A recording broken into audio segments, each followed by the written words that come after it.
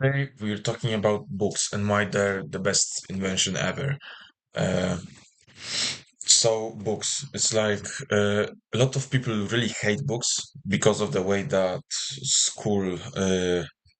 school uses them. It's when you've been in school, you had to read a bunch of books like Hamlet, like Macbeth, mm, for example in Poland. In high school, you have to read Crime and Punishment by Fyodor Dostoevsky, and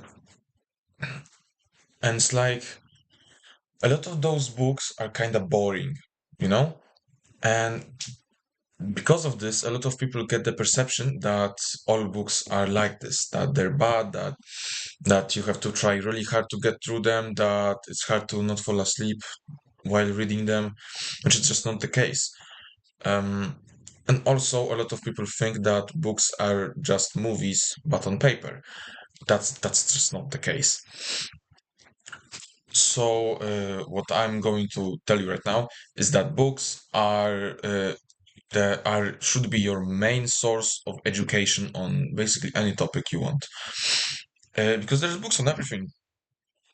I promise you, there's books on every single topic you can imagine, and they're so good because they're relatively cheap compared to the value that they provide. Because, dude, when you have a book like How to Win Friends and Influence People by Dale Carnegie, uh, it costs like 40 zloty, which is $10, slightly less than $10. And the value it gives you is thousands of dollars, honestly, because the social skills that it teaches you are absolutely overpowered when it comes to life. They're so good for everything you can imagine. And it's like, it honestly boggles my mind that they're so cheap. Less than $10. Like in the USA, in the USA and Western Europe, they're probably more expensive because I've been to Ireland, and the average book cost like 20 to 30 euros, which is a lot of zloty. So it really depends on the country, but even then, it's like the value, like even if the book costed 50 euros from 100 euros, like the value is insane, honestly. The ROI is like 5 times, 10 times. It's like thousands of dollars. Of course, this depends on the book. There are like books are not equal, you know. There are books like How to Influence and Influence People by Dale Carnegie. There are books like The Millionaire Fastlane by MJ DeMarco, and those books they're like top tier. They're like one of the best books you can ever get. There are also there are also like less valuable books. This is storybooks, fantasy books, and now I'm not hating because it's way better than watching a movie, but it's not really the most productive, you know? It's like it's like you're reading a story, right? And it's about some hot guy. It's kind of weird, right?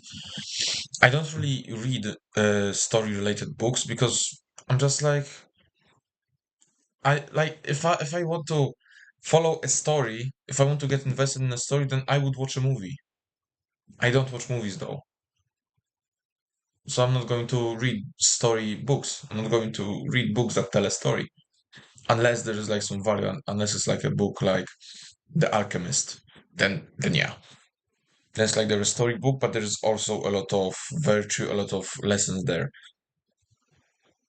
And yeah, I was going to say that that story books are the same as watching movies, but they're kind of better just because it's a book and it's not a movie. And it's when you're watching a movie, it's very easy to lose track of time. It's harder to do that with a book, and it's just much more calm, you know. And yeah, that was just my opinion on how you should use books. And yeah, you should actually be a book mole. You you should buy a lot of books and read them all day because what you should do is that you should let's say that you want to improve your social skills, then the best thing to do that would be meet new people and go outside.